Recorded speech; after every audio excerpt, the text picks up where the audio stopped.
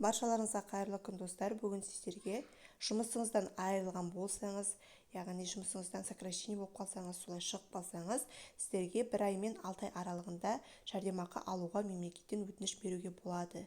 Ол үшін ешқандай сайтқа кірудің қажеті жоқ.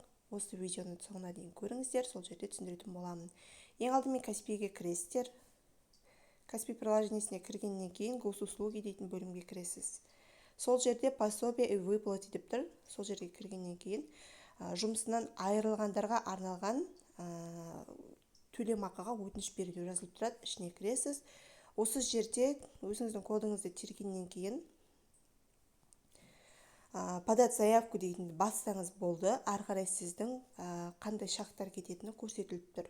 Сіз заявка бергеннен кейін органдар сіздің заявкаңызды, өтінішіңізді қарайды, сізге тағайындала ма, тағайындалмай ма, сол жерде анық көрсетілетін болады. Егер сіздің, яғни бұл қалай есептеледі? Оларды сол орган өздері сіздерге есептеп береді, бірақ та бұл сіздің жұмыс жасап жүрген кездегі социальный отчислениеңіз қаншалықты жоғары болды, соған байланысты төленеді. Кейбір адамдарға 1 ай мен 6 айдың арасында болады, кейбір адамдарға одан да аз шығуы мүмкін. Оны өтініш бергенде мемлекеттік орган өздері шешетін болады. Ешқайда ешкімге ақша бермей, осы арқылы жай ғана заявка жіберсеңіздер болады.